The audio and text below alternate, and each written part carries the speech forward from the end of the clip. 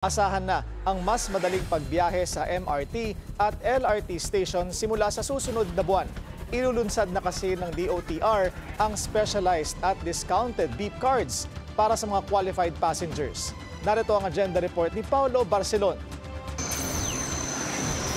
Asahan daw na next month, ready na ang customized beep cards na nakaprogram na ang 50% discount sa seniors, PWDs at lahat ng estudyante sa LRT at MRT stations. Ayon kay Transportation Secretary Vince Dizon, bunso dito ng kabi-kabilang reklamo sa mga pila ng discounted rail tickets. Hindi na rin daw aabutin ng 5 araw ang seniors at PWDs dahil sa September, 5 minutes na lang, makukuha na nila ang kanilang sariling beep card. Starting, I think yesterday or today, seniors, PWDs, and students in all the lines, LRT 1, 2, and MRT 3, wala nang kailangang fill-upan. Papakita lang nila yung kanilang mga ID, senior citizen, PWD, at student ID, at dire-diretso na sila.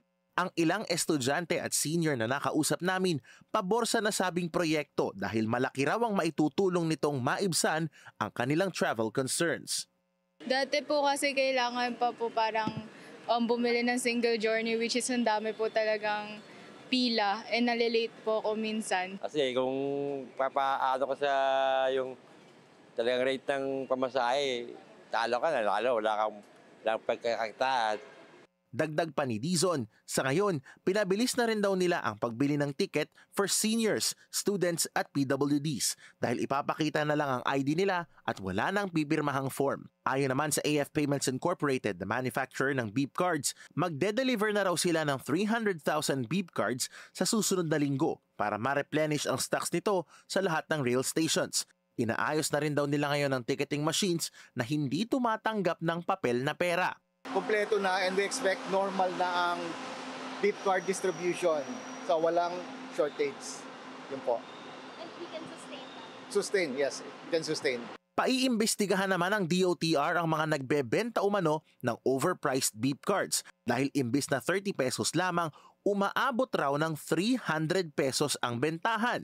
Ipagbabawal na rin ang pagbebenta ng beep cards online. Ang PNP Cybercrime, magka-crackdown na sa Lazada, sa Shopee, sa TikTok, sa Facebook. Magka-crackdown na kami at ipapasara na namin yung mga we will order Lazada, Shopee we will order them to close down these sites that sell the cards. Ayon naman sa Light Rail Transit Authority, umaabot na ng halos 200,000 passengers per day ang sumasakay sa LRT2 at 10 minutes na ang pagitan sa bawat tren. Plano na ngayong i-privatize ang operasyon ng linya, gayon din ang pagbili ng upgrades at karagdagang tren sa mga susunod na taon. Para sa agenda, Paulo Barcelon, Billionaire News Channel.